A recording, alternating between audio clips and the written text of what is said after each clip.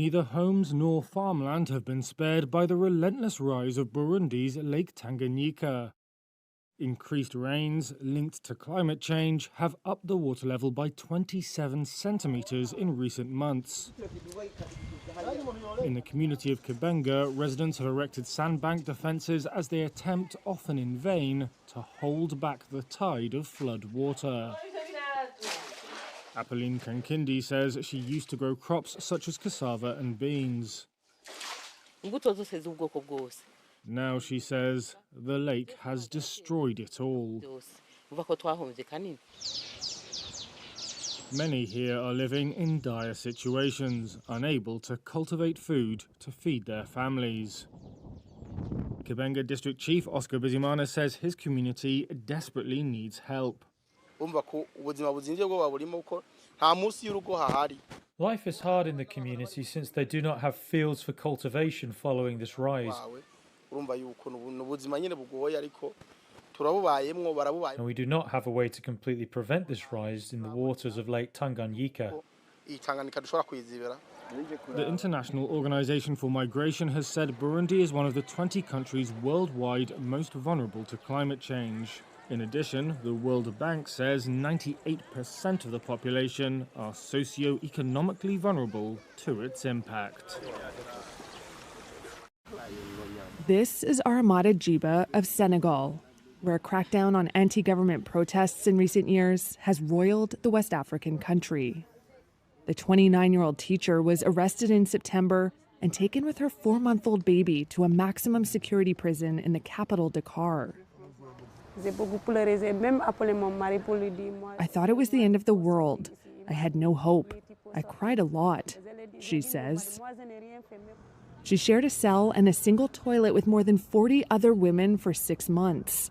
But Jiba was released this week under a new amnesty law after being indicted alongside 5 of her relatives on criminal charges. The family says it was politically motivated because they're supporters of the opposition. Senegal's president signed the amnesty law to ease tensions following fresh protests after he postponed the February presidential election. The vote is now due to take place on Sunday. While Jiba is happy to be free, she disapproves of the amnesty law, which she says the president introduced to save his own name.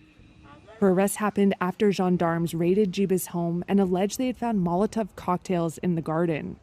Her 2-year-old son was also taken that day and held for about a week before being handed back to his dad, says Jiba. The family and their lawyers say they knew nothing about any weapons and that anyone could have accessed their garden. Spokespeople for the Justice Ministry and the Gendarmerie did not respond to repeated requests for comment on the case of Jiba and her relatives.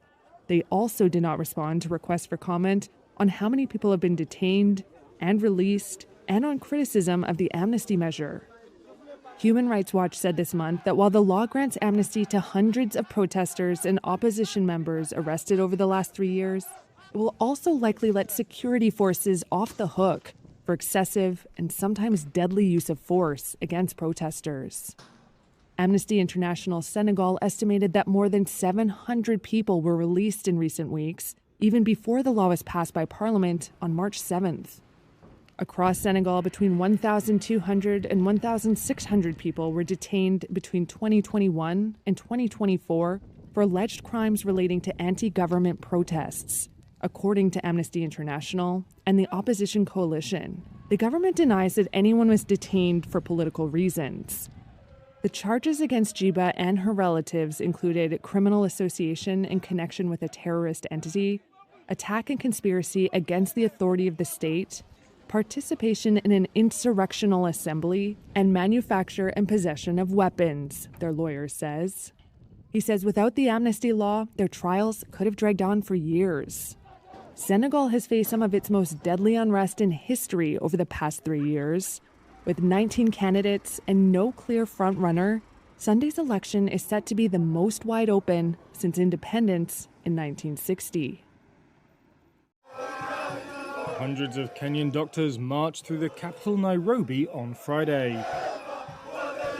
That's as a nationwide strike for better pay and working conditions entered its second week.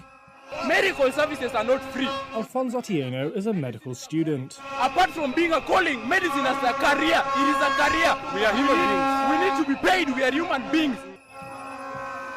The Kenyan Medical Practitioners, Pharmacists and Dentists Union, which has over 7,000 members, is demanding a commitment from the government to fulfill collective bargaining agreements that date back to 2017. Among their demands is comprehensive medical cover for doctors and the deployment of 1,200 medical interns at public hospitals. Dr. Dennis Miskela is the union's Deputy Secretary General. We won't go off until the doctors whose basic salary arrears was promised and awarded by the court 7 years ago are paid. The strike has left patients without emergency services in some hospitals. That's despite mounting calls for the union and health ministry to negotiate. In a post on X, formerly known as Twitter, Kenya's health ministry said on Thursday that it had begun the process of assigning interns to various healthcare facilities nationwide. It also urged the doctors to end their strike and resume work.